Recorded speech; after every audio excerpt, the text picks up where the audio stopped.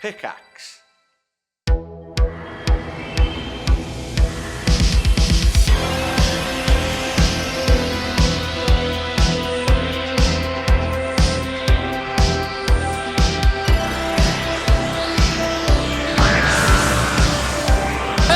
Welcome to the Rod Pod, the Review of Death, a Doctor Who podcast and your fortnightly home for Doctor Who news and reviews. I'm Matthew Toffolo. I'm joined, as always, by my good friend, Billy Garratt-John. How are you doing, bud?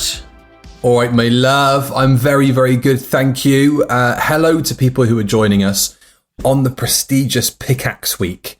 If you don't know who we are, as he said already, I'm doubling up here, but that's Matt and I'm Billy. Yeah. And we talk about Doctor Who. Yeah, that old rubbish. And if you're hundreds of people a regular here... They're still making that? They're not made an episode since 2009, have they? Yeah. And if you're a regular here, you know what to expect. So yes. Welcome back, everybody. Hope you're doing well. Usually at the top of the show, we like to talk about news and ongoing information about our favourite science fiction series. But as we jokingly referenced, it's been a bit dormant for the past couple of months. Matt, let's try and condense down where we are in the world of Doctor Who for not-wees, which is the technical term for non-Doctor Who fans. What's been going on in the last couple of months?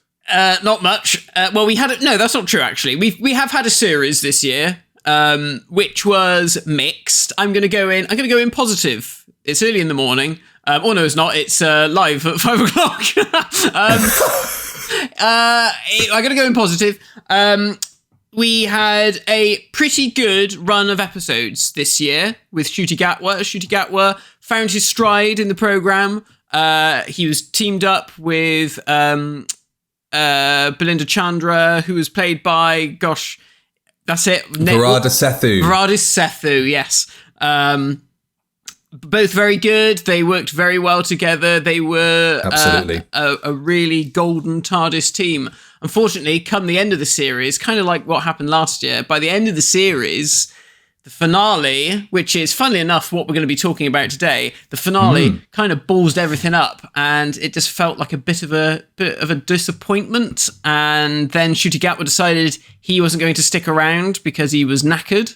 He's done a new article, actually. I can't remember where it was, if it was in The Guardian or something, but he did say, he was like, I was just exhausted. I just wanted to do other stuff.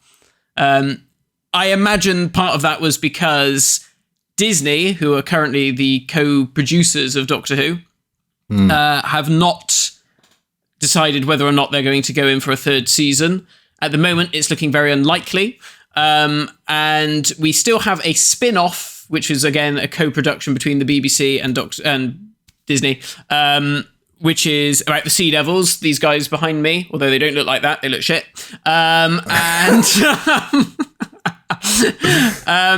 Yeah, I think people have got the measure of what we're about from these opening couple of minutes, haven't they? Probably have. So until that has aired, which was supposed to be the end of this year, but now seems like it's been pushed back to next year, which isn't good. Until they've got that out the way, Disney cannot officially make a decision on whether or not they're commissioning new Doctor Who.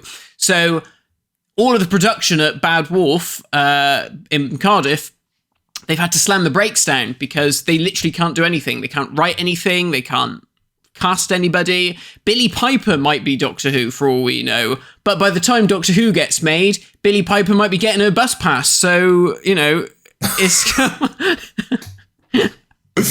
And that's where we are. That's the torrid state of affairs in the Doctor Who universe. But what we've been doing on the podcast as a sort of mini arc over the last couple of episodes, with the odd exception, is discuss Doctor Who finales. So we've discussed a finale which will crop up here on this list from Doctor Who's heyday back in 2006, or modern Doctor Who's heyday, I should say, with Army of Ghosts and Doomsday. We've discussed the most recent Doctor Who series finale. Actually, in this current incarnation of the podcast, we've covered a lot of ground that we're going to be discussing today. So we've got 14 odd episodes to go through. That includes two-parters amalgamated into one Gestalt entity, so that we can properly grade these, because we'd be here forever otherwise, and nobody wants that. And the tier list options are thus: Series 1 finale takes the place of S, I believe. I love how that is just... Yeah, that's the measure, isn't it? That is the measure of anything. It is. It's all downhill from there. Yeah.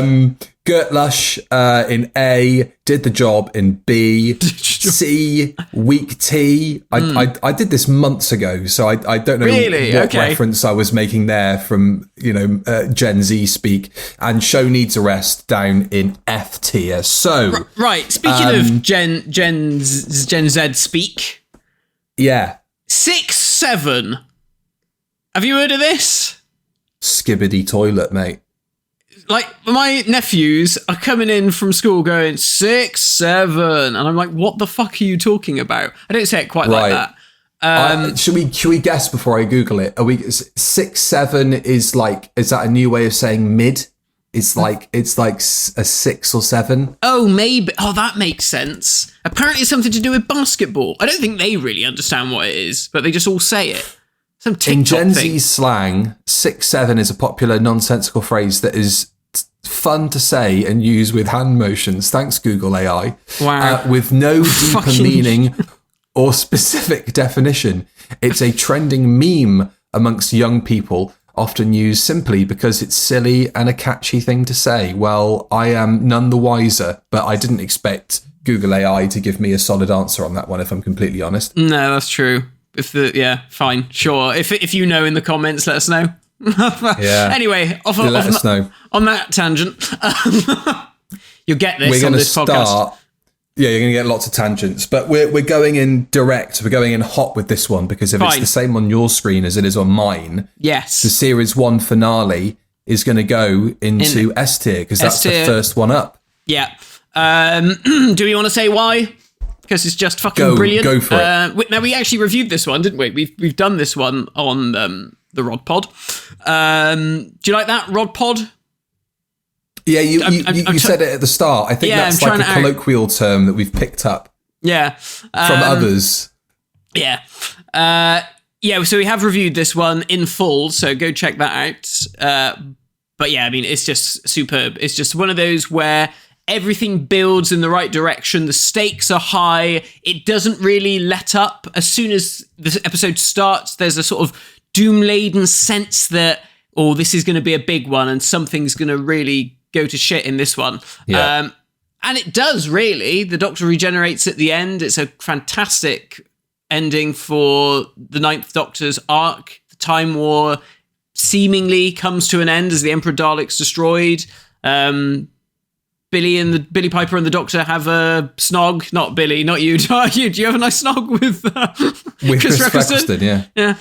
Pucker up. So everything sort of just comes to a very satisfying conclusion after 13 really strong episodes, give or take one or two. But, Series 1, we always say, is like the strongest run for Doctor Who since it came back. Now, partly, is that our nostalgia goggles? Maybe. I was just about to say that. Maybe. We were both kids at the time. I was 12. You were... God. 9, 8 or 9. 9 years old. Oh, bless him. Great age. Great age, yeah. Great age for watching Doctor Who. So that's where I think is that. Oh, and the Daleks are good. It's like one of these stories where the Daleks are served well. Latterly, they've been a bit poo. But here, they're on top form. And they're in their full glory. They're at the height of their power. Yeah, Emperor Dalek gets revealed. That was like really exciting at the time because we hadn't seen him since 1967? 8? Yeah, around that time. The late 60s.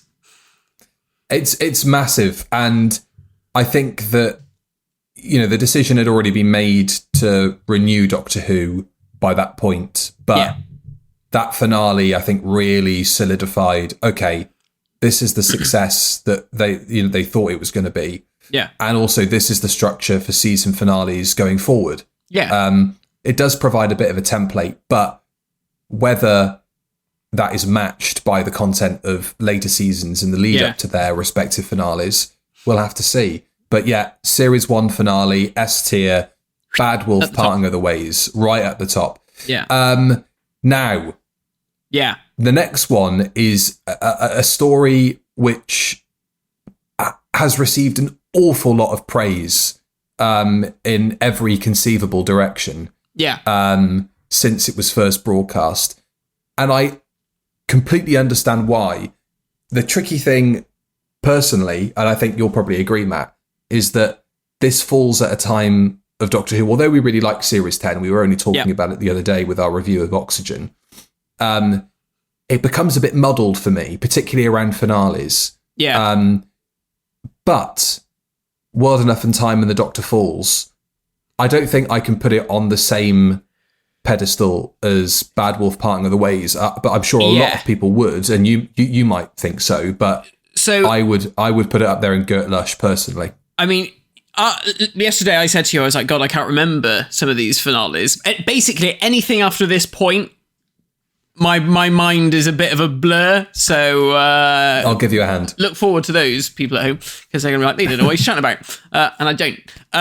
But Annie and I were sort of discussing this list in bed last night, and this came up. That kind of pillow talk I dream of. Where would you rank these Doctor Who finales, love? From top to bottom. Top to bottom, yeah. And we were talking about this one, World Enough and Time, The Doctor Falls, and we both said that World Enough and Time is fantastic. Arguably the best Cyberman story that the new series has done. I'd agree. Very scary, a very haunting take on, what it actually means to become one of these creatures. The stakes, again, very high from the off. Bill gets shot in the stomach. Seemingly that's it for her, but then she slowly becomes a Cyberman. Missy's in it, and then the Master turns up. So already, and then they seem to form an alliance at the end, and big revelations. It's fantastic. It's really, really great. Unfortunately, The Doctor Falls isn't quite as good. Now, that's not to say it's bad, but it's not quite as strong. Now, there are some lovely moments in it. I know everyone's going to say, but what about the moment with the I do it because it's right and all that stuff, which is obviously very good scene, and Peter Capaldi's amazing in it. But I think on the whole, the story's just not quite as strong. It's not quite as urgent as the first part, I think, from memory. A lot of the atmosphere goes, I think. Because I agree, think the first one it becomes a base under siege, doesn't it, basically? Yeah, in the countryside, and it is, it's a nice idea. It is like, let's do George Romero's Night of the Living Dead, but with Cybermen. But because it's sort of like bright and sunny, I don't know, it just sort of, it loses some of the atmosphere. And then obviously all the different types of Cybermen start turning up.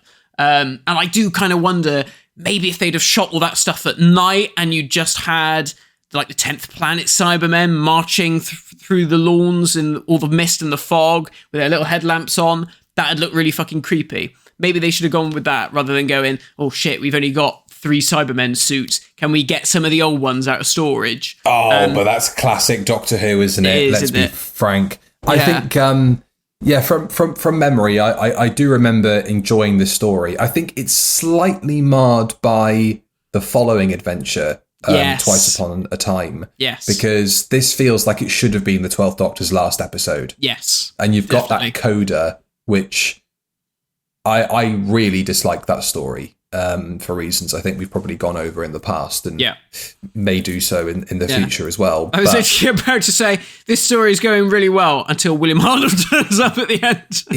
Until David Bradley pops up. But this has got, I think, a high level of stakes. It's got some fantastic bits of drama in it. You mentioned the I do what I do because it's right bit, which is great. 2 masters as well in a story with a companion who's been converted into a Cyberman, a base under siege, and you have to off your leading actor. Doesn't feel like it's drowning under the weight of everything else around it, which I think is quite a feat, really, considering how stuffed this 2-parter is. So I would agree with you in terms of, I would put it in Gert Lush, because that second part just nubs it down. Who knows? Maybe if we come back and watch it at some point, which I'm sure we inevitably will for the podcast, I might change my mind on that completely, and I might rewatch it and think, actually, no, this is just as good. Chuck it up there. But I think for now, from memory, that could happen. Yeah, for now, we'll leave it in Gert Lush. We'll leave it there in my love. Right. For people who don't know what Gert Lush is, because you might not know, we're both from Bristol, so Gert Lush is a colloquial term for. Yeah. That's nice, isn't it? That's good. You don't have people, stopping each other on the street saying, "I love that T-shirt. It's proper Series 1 finale." So this is just below that. Okay, next up, the Battle of Ransoor av Kolos. Now, this is an interesting one because in the bin. It was the finale to Jodie Whittaker's first season as Doctor Who, and unlike other seasons that preceded it, it was not a two-parter. No. It featured no returning villains from the show's history, although it did have a returning villain from earlier in the season. And it's a bit of a damp squib, I think, when you look at everything else that's on offer. As a standalone story, it's just fine. It doesn't feel like a season finale. I've said before on the podcast, I think thematically, the season finale is from the episode before this, which is It Takes You Away. Yeah. Because one of the main arcs, I think it's really the main arc over that season, is the relationship that Bradley Walsh's character Graham has with Tosin Cole's Ryan. Will Ryan accept him as a kind of surrogate grandfather?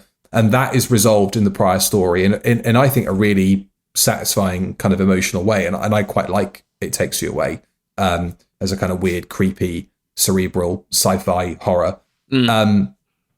To go to the Battle of Ransoor of Kolos does have the return of what's his name? Tim Shaw. Tim Shaw, Molar Face Man. Nashus. He is in the story, and he's it's weird, but it's kind of weird to have him come back.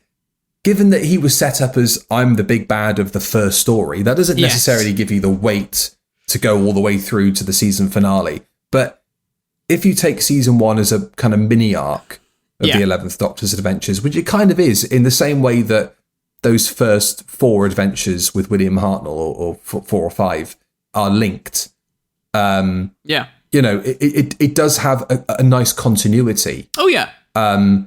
If that first villain had been a more recognisable baddie who got vanquished in the first story and then came back for the last one, maybe we'd be talking about this in different terms, but I think it's got a kind of sense of we're not really peaking here when we should be. Yeah. And I think that drags it down. Yeah. But it's got some good guest actors in it, and it does have a sense. Does it have a sense of stake, really, knowing that the baddie is just the guy that was in the first story? And no. And I think the other problem is something that Chris Chibnall does that previous showrunners up until this point hadn't really done, is he sort of embraces the sort of classic Doctor Who thing of, let's go to an alien planet and look at an alien culture. Because if I remember rightly, there's like 2 alien people in this episode that Tim Shaw has captured, and one is like chained up to a machine because he's got special powers or something. And it kind of feels very old school Doctor Who, of like, oh yes, on this planet we have special mind powers and this creature has taken us to use it for its dastardly means.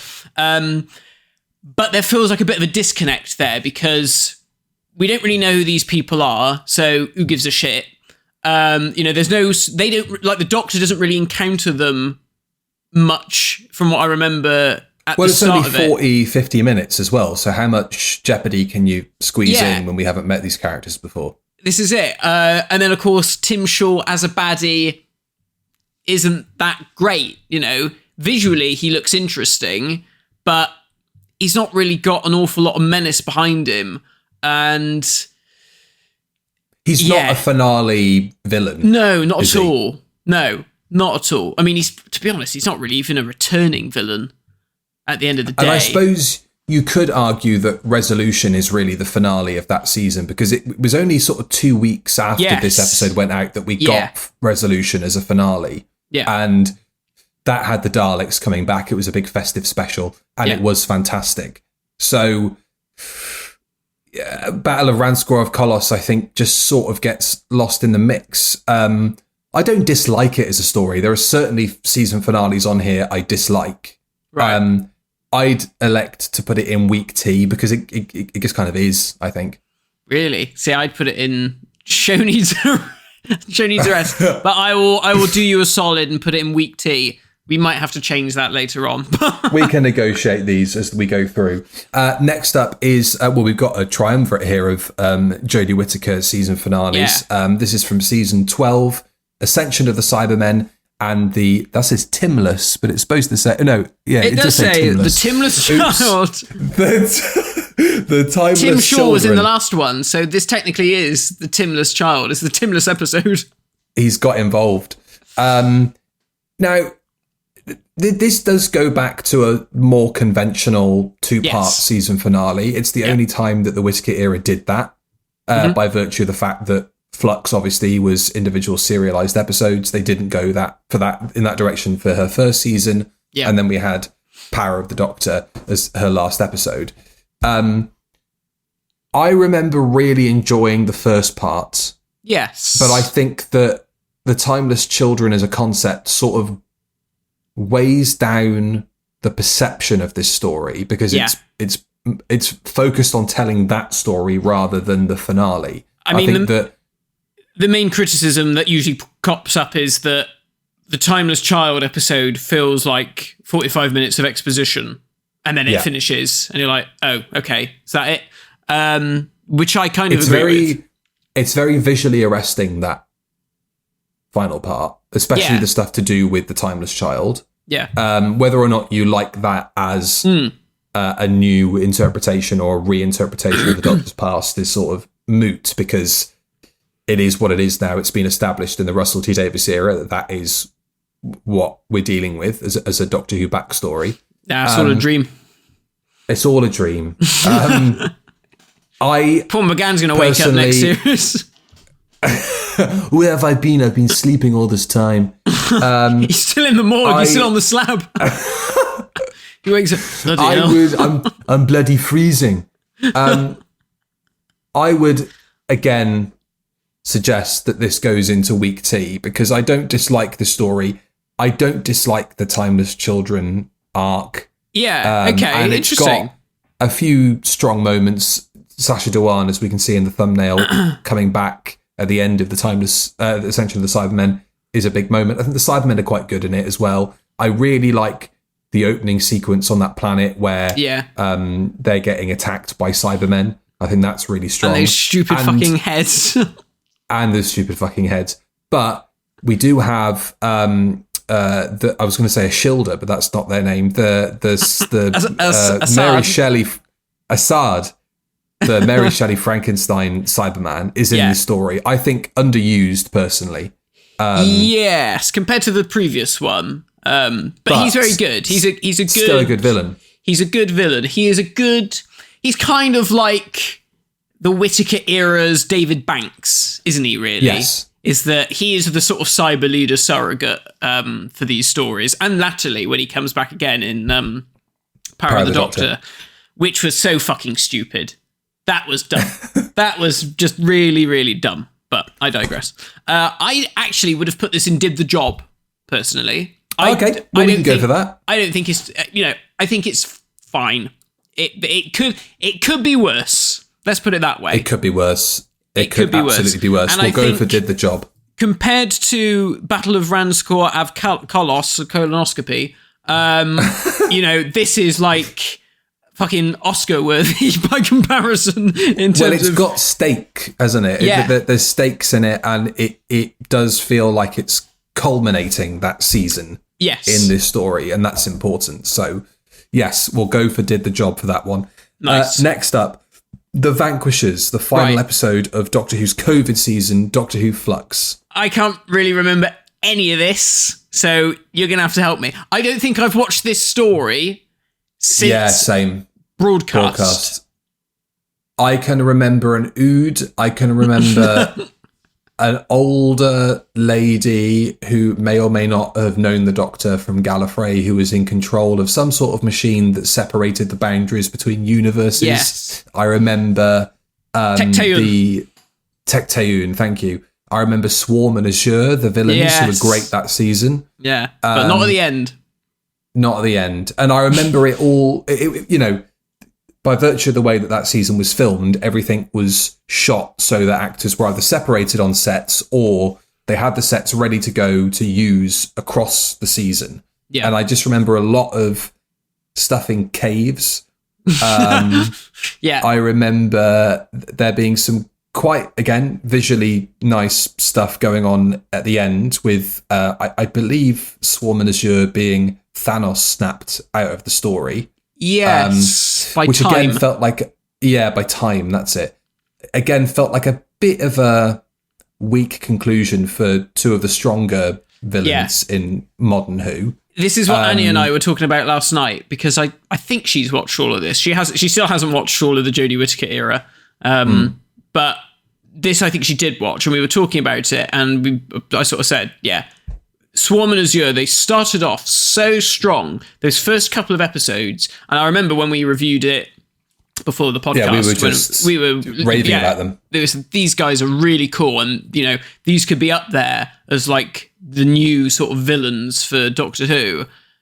And then they just didn't do anything latterly, and it was just like, oh yeah, you're still around, oh better get rid of you, bye. And then they just died, and you're like, you know, they built up this whole thing of like, he had this relationship with the Doctor in the past that we didn't know about, and it all felt like it was going to lead to something, and it didn't. And it was just like, why did you do that? They should have come back for Power of the Doctor. Yeah, that would have been really nice to see, actually, because it did feel like he was the strongest. He felt like he was the strongest. Both Swarm and Azure, they felt like the strongest antagonists the Doctor had through that whole. I mean, interesting. I suppose you know, there's Tim Shaw, the Recon Dalek, because it does come back in part. And that story has ripples through the Doctor's tenure. Swarm and Azure, obviously the Dewan Master, but they, I think, are up there in terms of her baddies and modern Who baddies. It's a shame that they were vanquished so easily. I can't really remember what. What's his name? What's John Bishop's character called? Dan Lewis. Can't really remember what Dan and Yaz are up to for that whole story. They have that whole. There's that whole thing going on. Correct me if I'm wrong, people at home. There's that whole thing going on with the Sontarans and the Cybermen and the Daleks and oh my god, that guy, Professor Turfman, Jericho. Professor Jericho, Professor Jericho. And he sacrifices himself. And there's that whole unit subplot about Mr. Snake Man. And there's all the stuff with the Timeless Child in Ireland, which again is really nicely shot. Oh no, that's the previous finale. That's the previous one, mixing them up. Let's bury this and just put it in.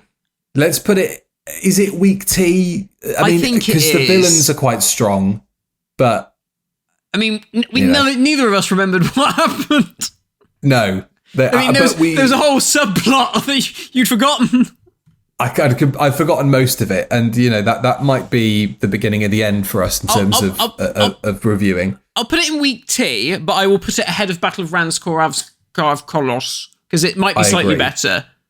I agree. Just for the benefit of having returning monsters. There are stakes to it. Mm-hmm. Let's do that. Again, it just feels like it ends on a damp squib. And then obviously all this stuff about the revelations of the Doctor's past and meeting her mother and all this stuff. Again, it doesn't really go anywhere because the mother gets offed pretty quickly. And so the Doctor doesn't get that revelation. And then when she does get the fob watch thing, which just gets forgotten about. And she's like, you know what? Rather than opening up and find out everything, I'll just stick it in the TARDIS console and see what happens. Yeah. And if I ever need you, I'll come and get you. May have had an effect on Ncuti Gatwa regenerating to Billy Piper. Who knows? It's gone missing. When we may never find out anyway. When the next Doctor comes along to get the fob watch out of the console, I was like, right, you know what? I feel like it's time now for me to learn about my past and who I am. Where's that fob watch? Oh, sorry, it's gone missing in the move between Rothlock and Bad Wolf and... sorry. Oh, all right. Never mind. Somewhere deep within the BBC archives, that fob watch is hiding. Right. The Giggle. Now, this was the finale to the 60th anniversary season. Yeah. 3 episodes, all of which I think are pretty strong. Mm-hmm. It does feel like, even though they haven't had a lot of time to build it up, there are stakes. Yeah. David Tennant and Catherine Tate are fantastic. Mm-hmm. It obviously ends with a bi-regeneration.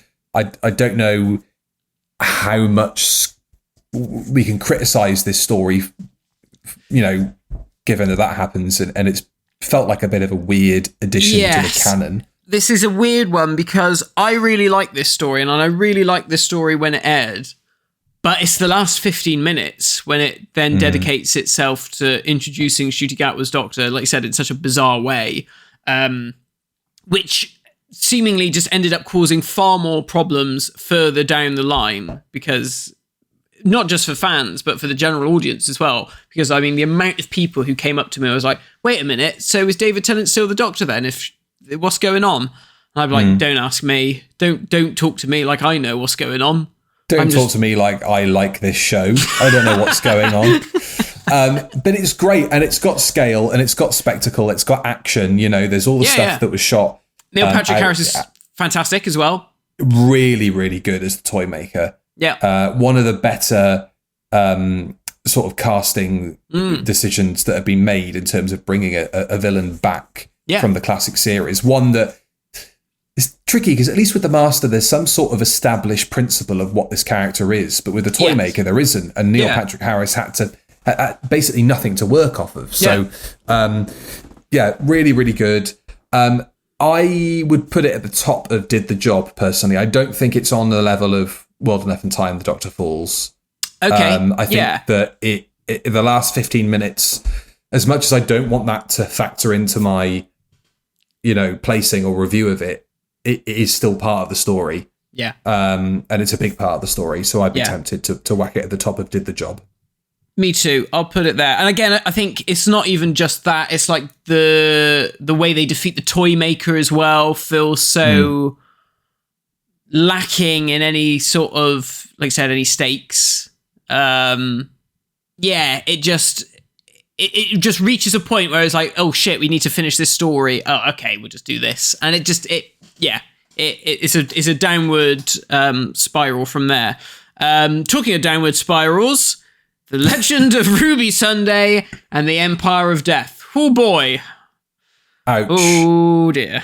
Well, now it might be helpful to wrap this in with the following one, which is Ncuti Gatwa's second and final season finale, Wish World and the Reality War, because I think at least Wish World and Reality War sets a precedent for peril through the season. It does feel like there's more of a through line through the season. And I think the stakes are that much higher because we've spent a whole season with this Doctor already, and characters established in the first season, which of course The Legend of Ruby Sunday, Empire of Death was the conclusion of. Yeah. Those characters sort of eventually pay off in Wish World and Reality War and have more to do. I think it's a more interesting story. And it did have me more excited, I have to be honest. I was more excited to see Omega than I was to see Sutekh.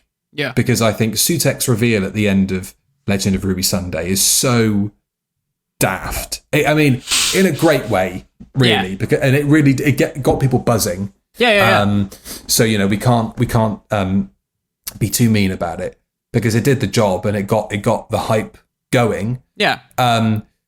But there is the kind of bastardization of Sutekh. There's the reliance on a story that came out, 45 years prior. Yeah. Which I think is an issue. Mm-hmm. I don't think it delivers on scale and on a story level. Yes. So although they're kind of much of a muchness, I would put Wishworld and Reality War above it, but it just depends on where we put Legend of Ruby Sunday and Empire of Death, really. Well, I think Legend of Ruby Sunday, Empire of Death needs to go at the bottom. Yeah. Show needs a rest. I think it's a right cock up. Unfortunately, the thing with both of these finales is that they're a tale of two halves. Usually the first half is okay, and it builds things up, like you said, in a really good way. It gets people hyped. Both of them did this. I think Wishworld, like you were saying, is probably a stronger story on its own. It's got a lot more... As a setup, yeah. And that could have been its own two-parter almost, the whole Wishworld thing. I think that could have been looked into more. Whereas The Legend of Ruby Sunday feels a lot more like, okay, let's just set up the finale, which is fine. Sometimes that has to happen. But I suppose with the Reality War, it's so disconnected from that first part that it does feel like you kind of are doing away with the more interesting aspect of that two-parter. Yeah.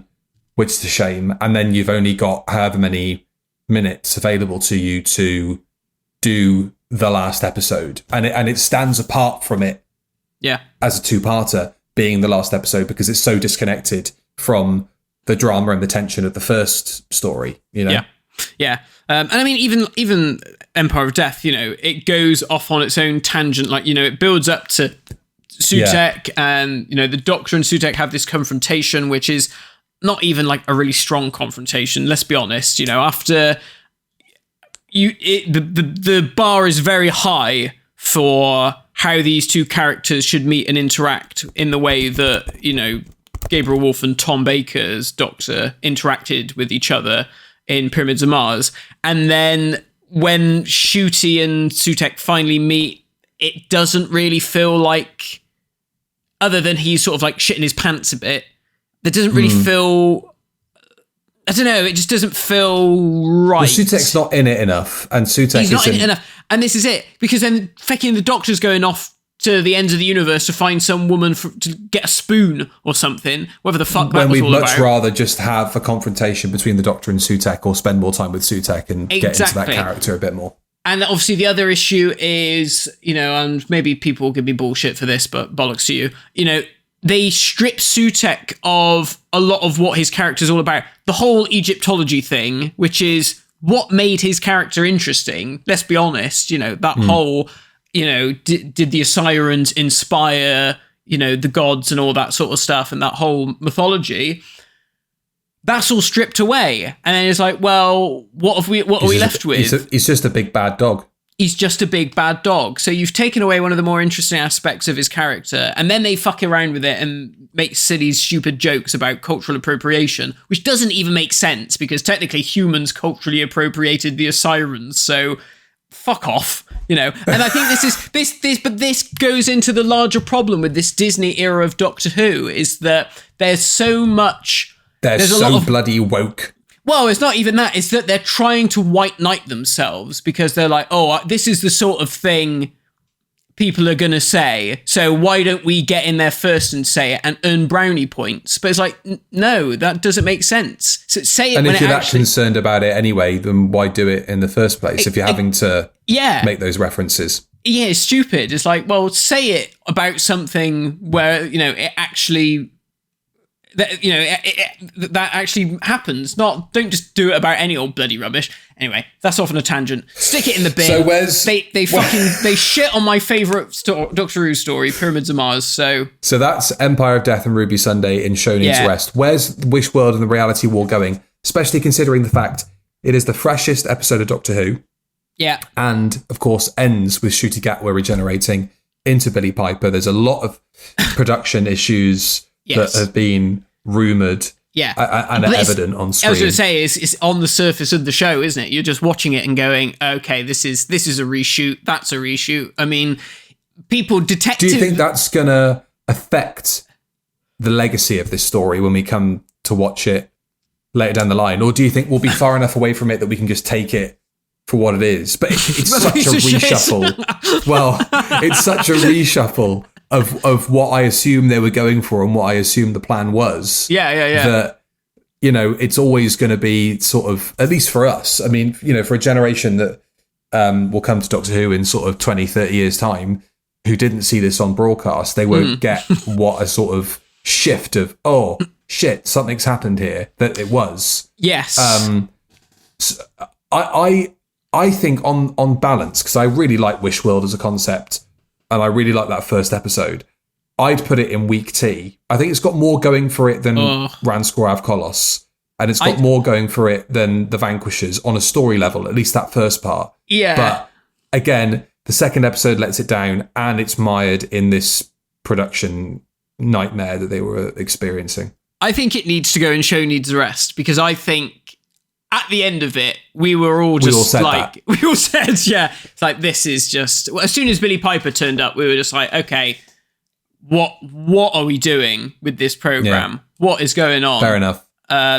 So I will put it ahead of Empire of Death, just because, and obviously, they did all that stuff with the Rani, and obviously we love the Rani, but again, just got rid of too quickly. Omega, we were excited to see Omega, we're apprehensive to see Omega because we knew what had happened to Sutek the year before, and fuck me, they thought, let's double down and do it again. But he was crap. He wasn't even Omega. That was the problem, wasn't it? He was not even the character as written on paper. And Russell T Davies can say, it was a big rotting baby. Russell T Davies can say, oh, well, the Time War happened, and so it redefined what Omega was. Shut up. Go away. That's nonsense. I don't care that you're at the typewriter. I don't think Bob Baker would be very happy if he turned around and said, oh, yeah, we've turned Omega into a big baby. Well, if he was still around, as long as he got his paycheck, I don't think he would have cared. He probably would be all right, yeah. And he'd say, only if K9 should have fucking turned up. If you commission my K9 and Omega movie, then we'll make this happen. Rather than the Doctor getting that big bloody bazooka thing, K9 should have appeared and through a rift in time and just blasted Omega, and then Timequake coming soon to cinemas. We've solved it. That's how to save the franchise right there. That's how you save the franchise. Okay, next. I'll put that ahead. Army of Ghosts. We'll put that. There we are. No, go on. We'll put that ahead of Legend of Ruby Sunday and Empire of Death. So as we are right now, we're not quite halfway through, but Series 1 finale, the top tier is Bad Wolf Parting of the Ways. Below that, World Enough in Time, Dr. Falls. The Giggle and Ascension of the Cybermen Timeless Children is in Did the Job. Yep. Below that, The Vanquishers and Ransoor of Kolos. And below that, in the bottom tier, Wishworld Reality War, Ruby Sunday, Empire of Death. We might have to move Battle of Ransoor of Kolos. Just because it's shit. We'll adjust as we finish off, I think, is the best way to do it. Yeah. Let's lay all these tiles down. Next up, an episode we talked about very recently. Yes. Army of Ghosts and Doomsday. It still hits on an emotional level that Doctor Who has never reached before or since. Yeah. It offers enough in terms of the oft asked what if Daleks versus Cybermen happened. Yeah. And it, again, feels like a ramping up of stakes. And it does have that feel at the beginning of it that, the status quo is going to shift here. Yes.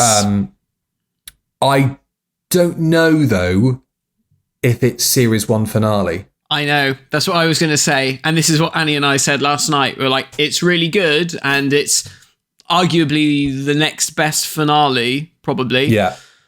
But it just doesn't hit the same way.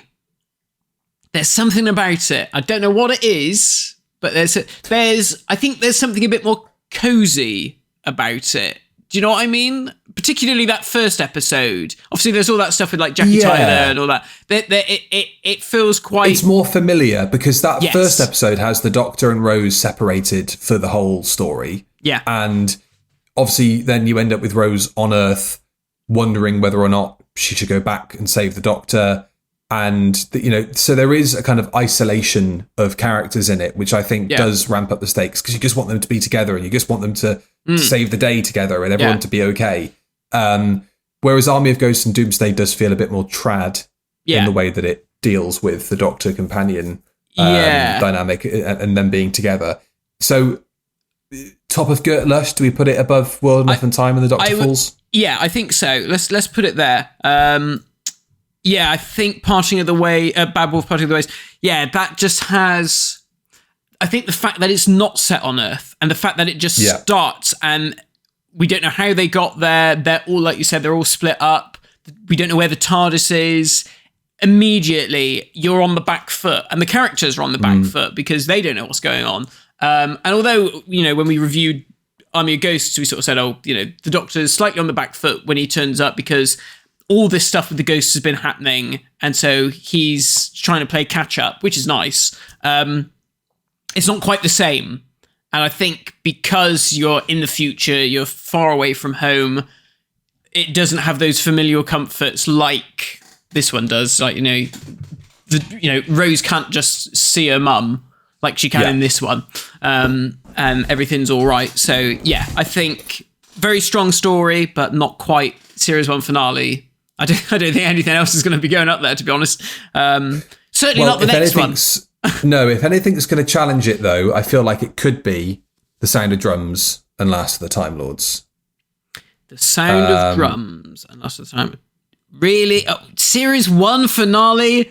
Nobody. Of all of the episodes on this list that we've got left to place, I think it's the closest. Oh, I see what you mean. Oh, yes. Claiming it. Yeah. Oh, yeah. I don't think it's up there. No. I mean, we did a review of this, was it last year or the year before?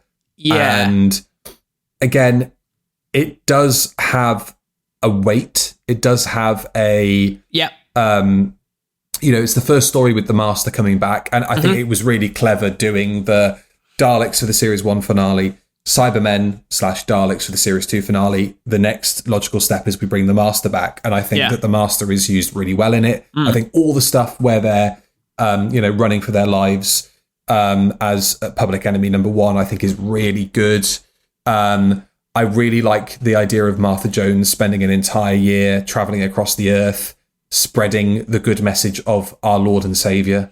But I think that it's those religious elements that do slightly hamper it, because it becomes far too melodramatic. Yes. And it becomes far too on the nose. Yeah. Whereas the stuff that really worked, again, it's might be blowing smoke up his own melodramatic. ass, isn't it, really? It is. Like, the stuff that worked, again, might be seen as melodramatic or might be seen as on the nose. And some of this certainly could be considered that. But, with Martha's family and their involvement in this story, that adds a weight of drama to it. Yes. That is...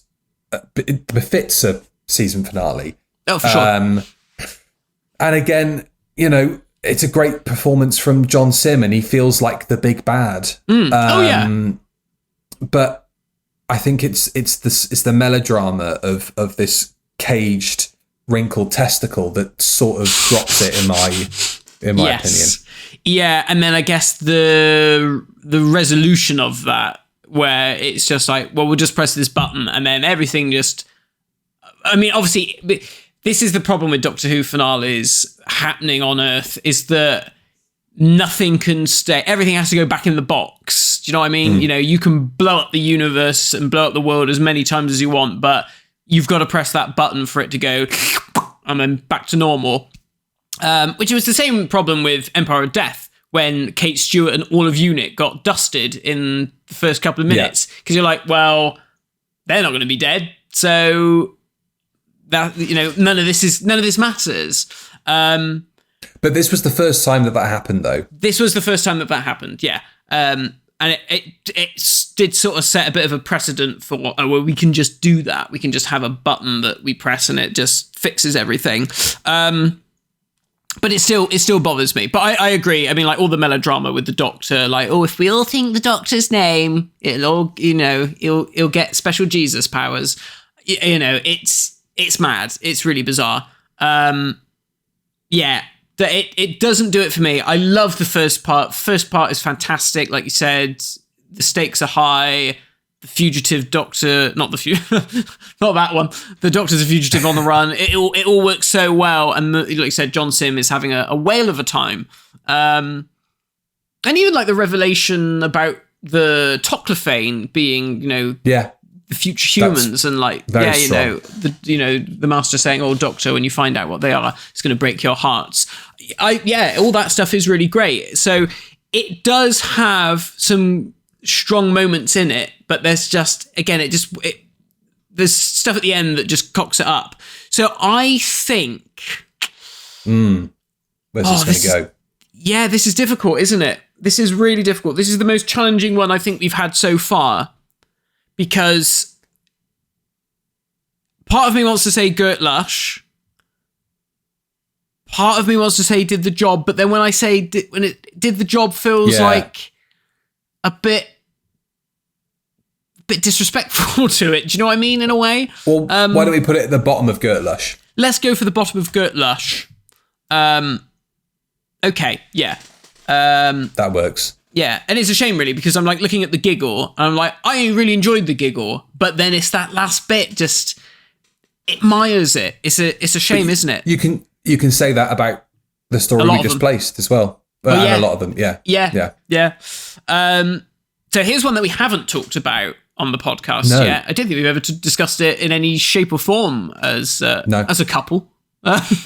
In fact, all of these, apart from the last one, we've not really dug into. No, that's true. So the Stolen Earth, Journey's End. Now, this one means a lot to a lot of people. A lot of people love this one.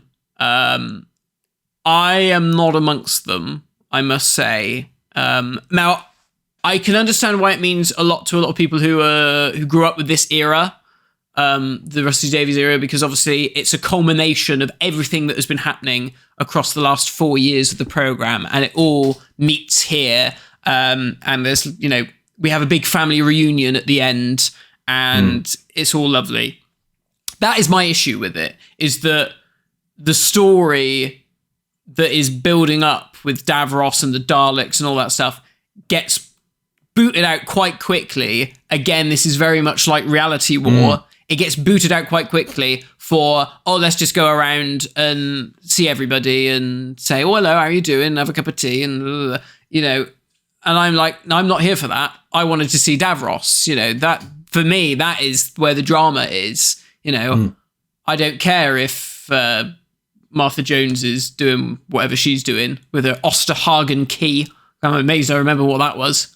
She's doing Mickey Smith, I can tell you that. Not yet. That isn't this the start of it? Oh yeah, that doesn't happen until the end of time. Yeah. Oh yeah. So this is the beginning of their relationship, of that romance. Yeah. It's a big team up, and that is it's the biggest team up probably since the Five Doctors in Doctor Who's. And they're all played by the actual actors that played them originally. I know. There's Richard Herndl hasn't, jumped in and donned a big flight jacket and spiky hair to play Captain Jack, which is just as well. I want to see that. Yes. Richard Herndl as Captain Jack. Admonishing everybody around him. Eating pineapple. Yeah, or putting pineapple rings on something is probably more likely, and waggling it around in his co-stars' faces. Again, it has a lot of weight for people, but even on broadcast, I didn't really feel that. I kind of felt like, it's nice to see everybody together, but it's not a multi-Doctor story, so it doesn't kind of feel like, oh wow, look at all this that's going on, isn't this exciting? Yeah. So I don't know. I would say did the job, because it does. And there's some big moments in it. I mean, the build-up of Rose coming back all the way through that season is huge. I think the payoff of that is fantastic. And the swerve with the almost, but not really, regeneration. Oh, yes, of course. Yeah. Is massive. Yeah. It made the news. It was literally on the national news that the Doctor was regenerating. That is incredible. Major. Absolutely incredible. I tell you what didn't make national news, Billy Piper coming back as Doctor Who. It did not. That shows how far we've fallen, doesn't it? Yeah. I think Davros, Julian Bleach, brilliant. Superb. Oh. I think Bernard Cribbins is fantastic. Yeah. I like seeing everybody together, but it doesn't do enough for me for this to be up there. Yes. And like you say, a lot of the more interesting things from a Doctor Who perspective as old heads are dispensed with quite quickly. So I would put it in Did the Job, but do you put it above the Giggle or between the Giggle and Ascension of the Cybermen?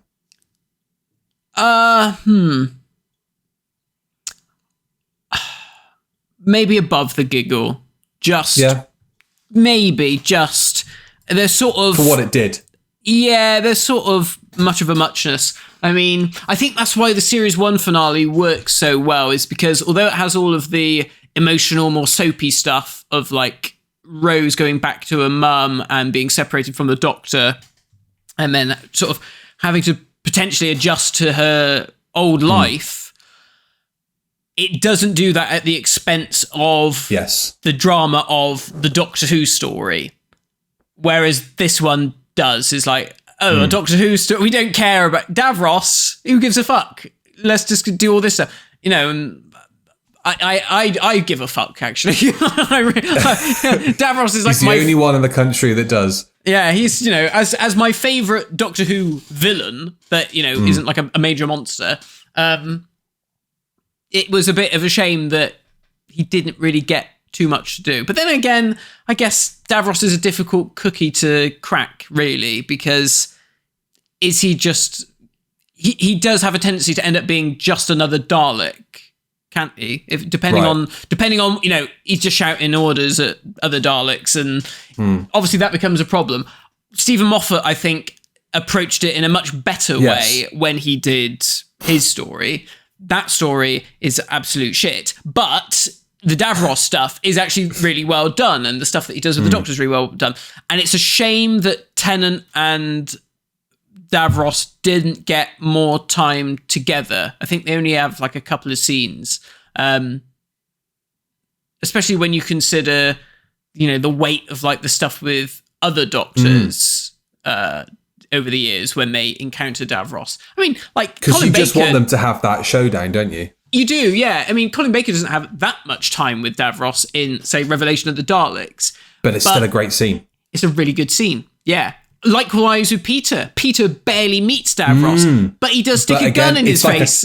It's a cornerstone of that era, isn't it? Yeah. You know, this is... we see this Doctor who, you know, is very fallible, and then suddenly he's like, maybe I just fucking blow your brains out. That might do the job.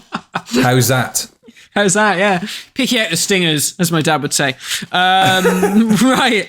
The Pandorica opens the Big Bang. Our first finale by a man not named Russell. By a man not named Russell. Now, I have to say, this is the last time I remember a Doctor Who finale being a big deal. Yes. Because I remember... Other than the World Enough and Time. That was a big deal, I think. Because I think we thought maybe... Oh, no, we didn't think Capaldi was going to go. I mean more for the casual audience. Oh, I see. Yes. Completely agree. Yeah. That's one of the last... memories I have of that accumulative, you know, that experience of everybody watching Doctor Who together. Like that, you know. And I remember it being, I wasn't even at home, but I was with family, and it was like, no, the Doctor Who finale's on tonight, and everybody being like, oh, is it the last episode? It's like, yeah. And then everybody that was there, it was like a garden party, I think, or something like that. Everybody that was there, whether they were family or friend or whatever, they were in the living room and they were watching the finale.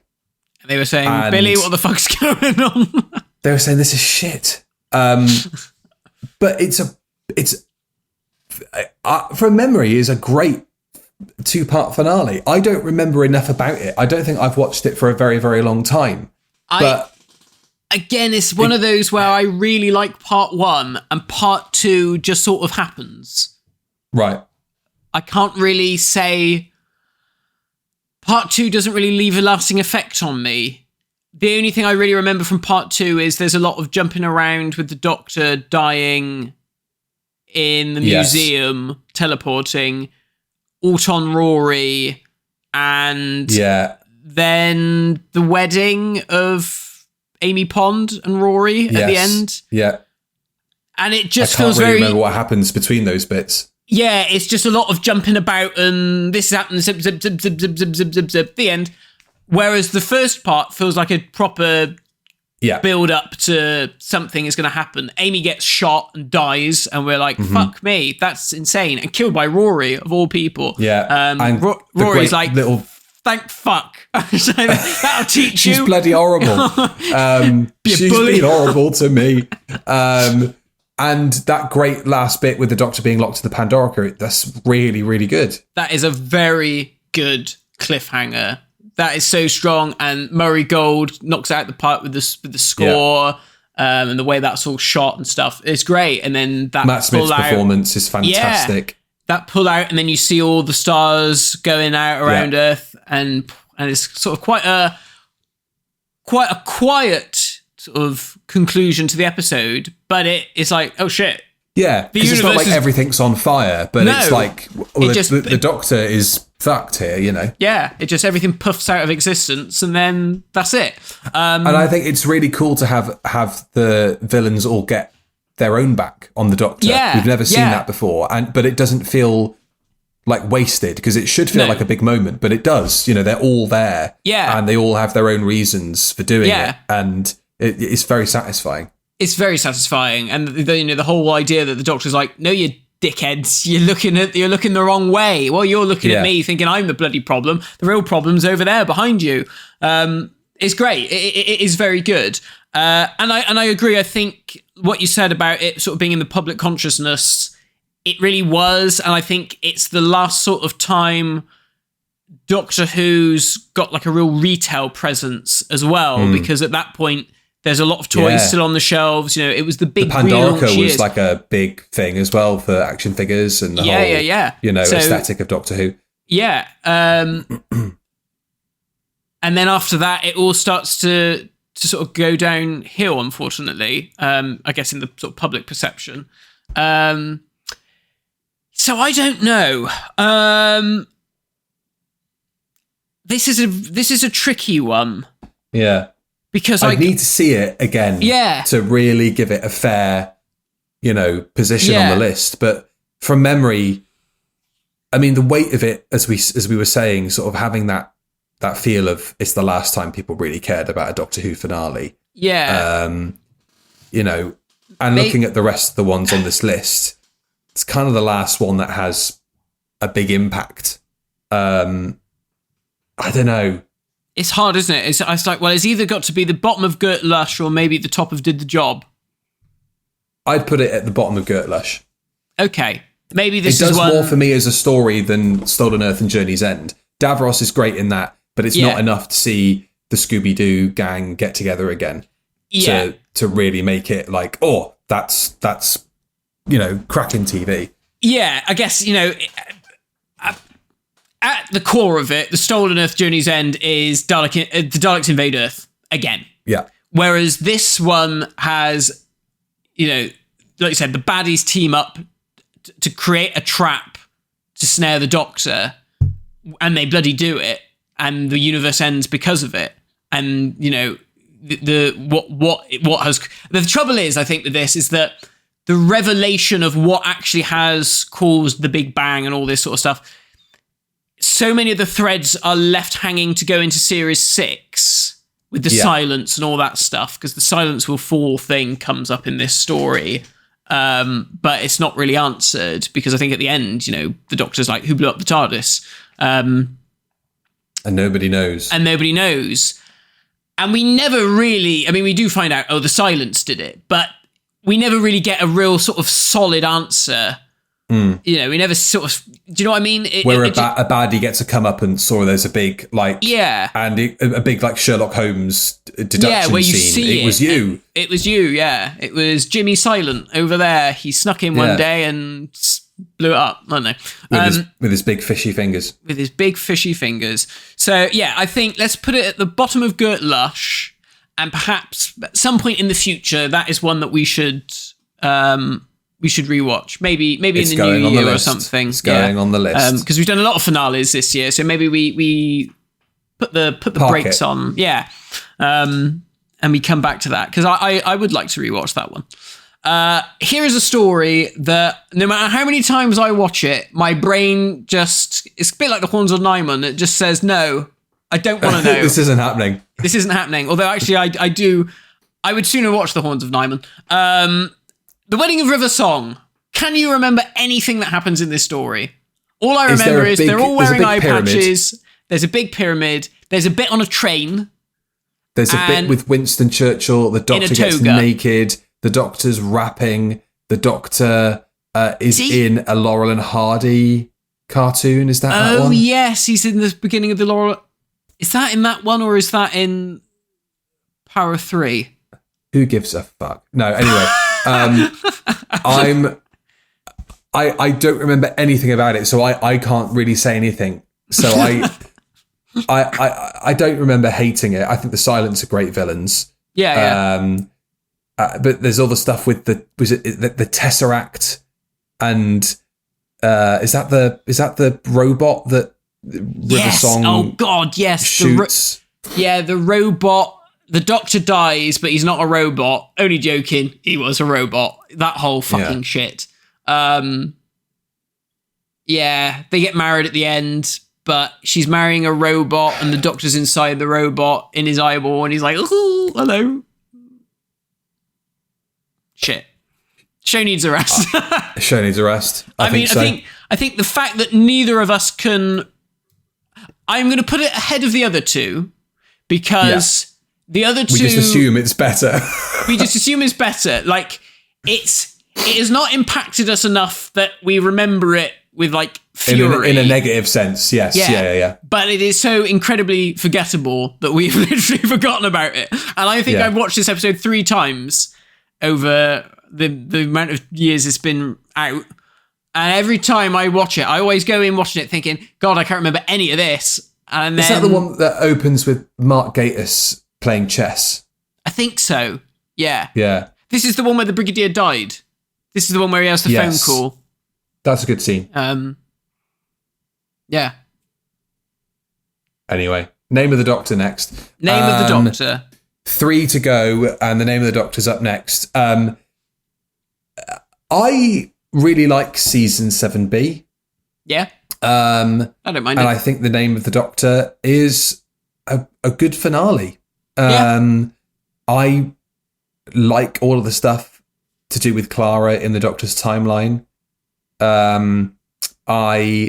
Richard E. Grant's in it, chewing the scenery. What other baddies he's got with him in that story? The Whispermen. They're creepy. They're creepy. Yeah. The Whispermen are cool. The Whispermen, only slightly louder than the Silents. Yes. Stephen Moffat likes a quiet villain. He does. He likes villains that move when you don't see them. There's something to that, you know? There's something to monsters creeping up on you. Let's not look into that. I agree. Like, I like the Clara stuff. I like the Whispermen. I like Richard E. Grant. There's a whole lot of stuff with the Paternoster gang at the beginning, isn't there? Yes. Where they have like a seance, and then they talk to River Song, who is now dead. They talk to River Song via the library or something. Her Force Ghost. And then they have a snog, don't they? The Doctor and River Song, but she's not there. So people just see the Doctor going... I do not remember that. Like that. Can you not remember? No. Well, you don't see it, but he sort of makes a remark of like, oh, that's going to look really weird to everybody else because no one else can see her. Only he can see her. Oh, yes, so that he does just ring a starts bell. tonguing the air. Great. And then you've got the big reveal at the end, which is huge. Oh, yes. Led into, one of the most successful shows the BBC's made in the last sort of 15 years. Major moment.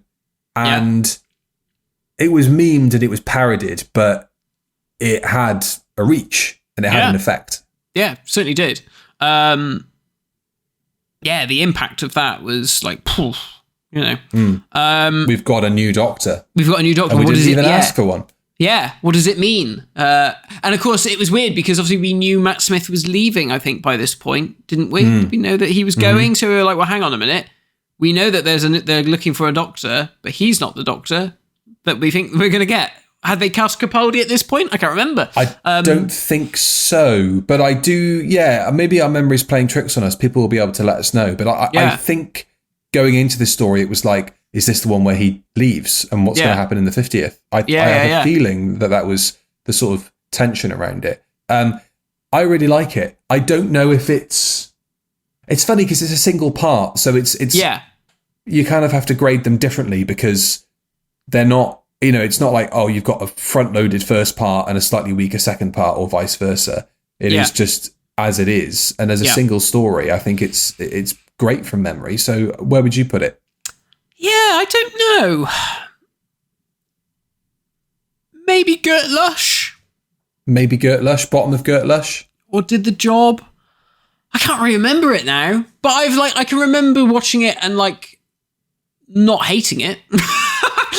Should we put it between the Giggle and Stolen Earth Journey's End? Okay. Did the job. Does that feel fair? That feels fair. Because the job doesn't necessarily mean crap. It just means... No, it's a serviceable finale. It's a finale. Yeah, there you go. Yeah. Great. Okay. Don't cremate me. Capaldi finale. Don't cremate me. God, that was a thing. It was. Dark Water, Death in Heaven. Again, it has its moments, but then it's like a lot of Stephen Moffat stuff. You remember one positive and then a negative slaps you in the face. I thought, well, there's that very effective bit of the opening where Danny Pink gets hit by a car. Yeah. And then there's Chris Addison going, permission to squee. Ooh. And then there's, all the Don't Cremate Me stuff. And then there's Cyber Brigadier. That is a shame. It is a shame. I don't hate this one, I gotta say. No. I think it's fine. Osgood gets killed, which is brilliant. And she does, yes. And Missy does it in such a good way. And then it's a shame that they fuck around with all that Zygon rubbish with her, because it was, it was such a good ending for that character. Or maybe that's just because I hated her. I don't hate this one by any means. I think this one, did the job. I'd happily put it in there. There's some bollocks in it, though. I've just remembered the whole President of the Earth shit. The skydiving. I don't mind the skydiving. I can live with the skydiving. The score is great as well in that point. The score is really good. That James Bondy version of the Doctor's theme. But Cyberbrig is bollocks. Cyberbrig is bollocks. Oh. Yeah, why did they do that? Yeah. Do we put it... did the job? The job, whereabouts? I mean, I'd certainly probably sooner watch it over Ascension of the Cybermen. We'll put it above that then. Yeah. I love how the image is Cyberbrig as well. Of course it was. It's the only thing I remembered from it. That's the spin-off that we should have got. 5 rounds rapid.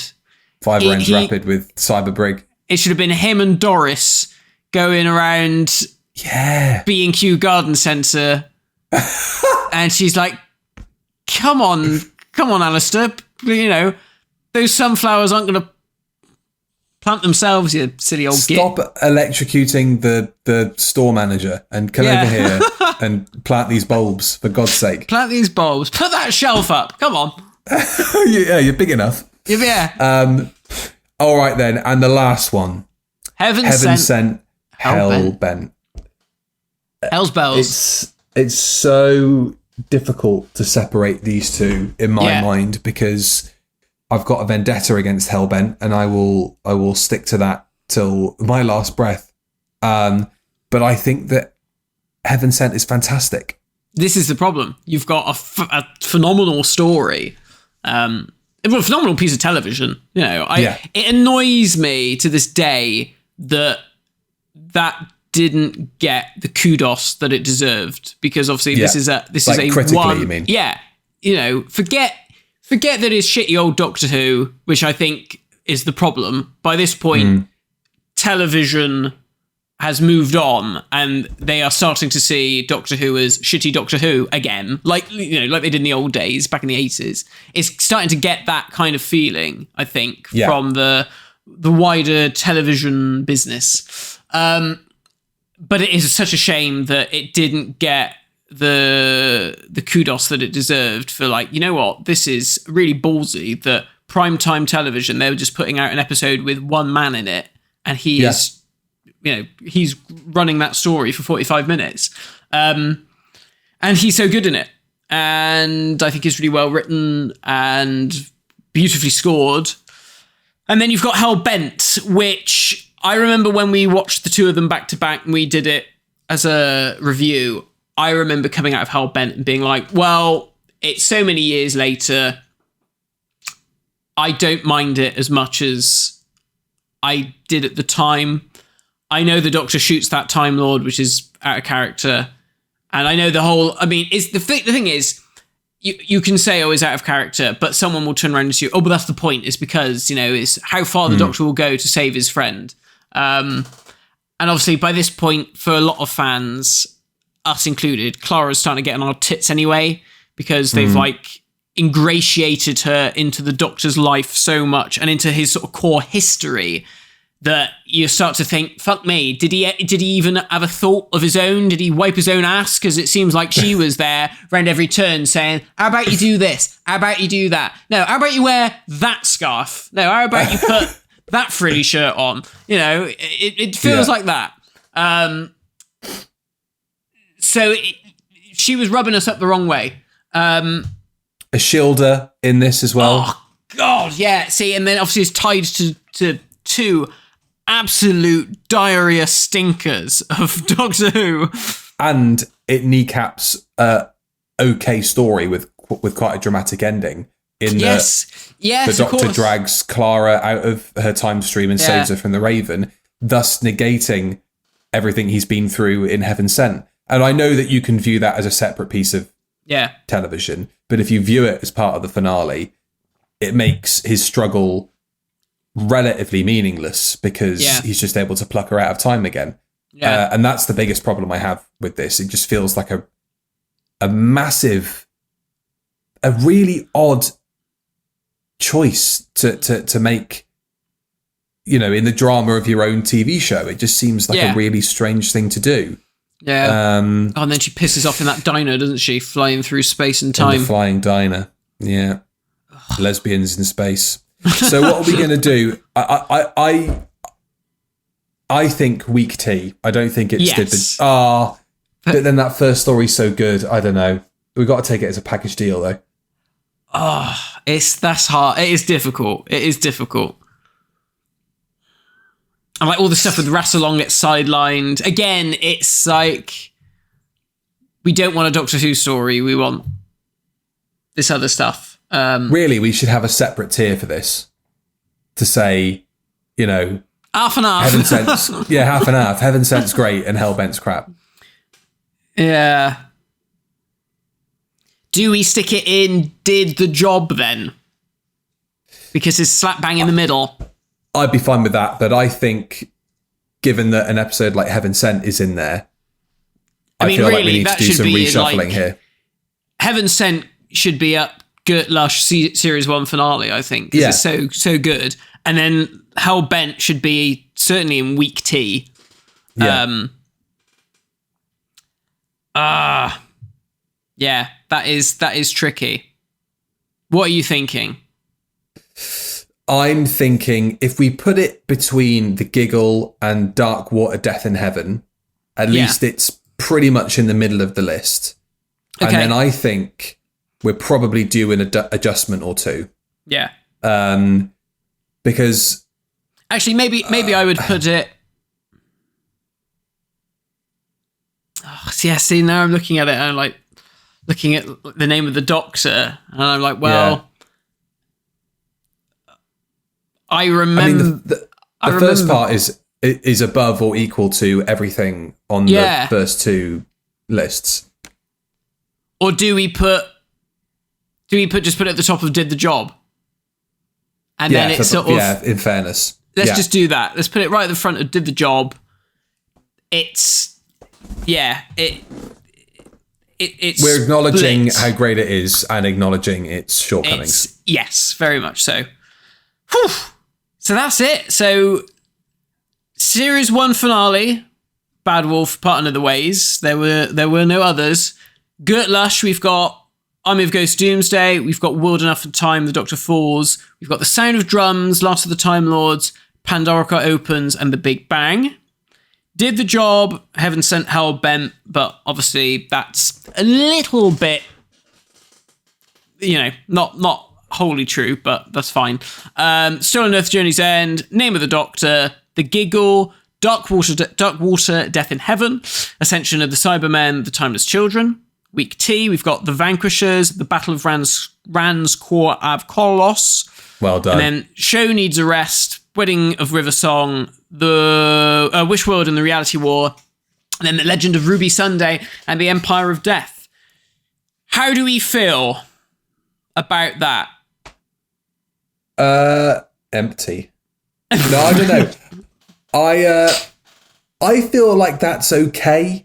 Yeah. I feel like the only one I would be tempted to move, but then I can't find a good reason for it, is Battle of Ransoor of Kolos. But I don't feel it's bad enough, and we don't have the gears to grind towards it that the bottom 3 have in our minds. It's just sort of nothingness. Yeah. It's not overly negative. And we can remember elements of it, which is more than can be said for the Wedding River Song. That's true. It didn't sink an entire brand. So we can't put it alongside Wish World or Legend of Ruby Sunday. Yeah, I am slightly tempted to put it in the bottom one, but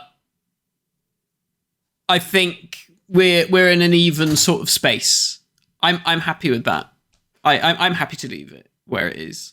That is progress, folks. That is progress right there. But I mean, we might watch it in a few months' time and I'll be like, actually, no, this is dog shit. What are we talking about? Well, we can always come back to this list and as more Doctor Who finales creep through the void into our eyes, then we can always pop these on a tier list as well. Yeah. But that about wraps it up. I think we've done a good job there. I think we've pleaded our case. Yeah, very much so. It was really good. Well, thank you, everybody, for watching. We will be back in a fortnight's time with our review of Castrovalva. That is the Fifth Doctor's debut story, Peter Davison's debut story. We're going to be reviewing that one in memory of Christopher Bidmead, who wrote that story, who passed away in August. Yes, so stay tuned for that. And of course, there's lots of exciting stuff going on over on our Patreon, Review of Death Patreon. We've got a Q&A that we've just done. That's out now, where we answered people's questions was that from Discord or where were they from? From Patreon, yeah. And then we've also got commentaries and all sorts of stuff still to come.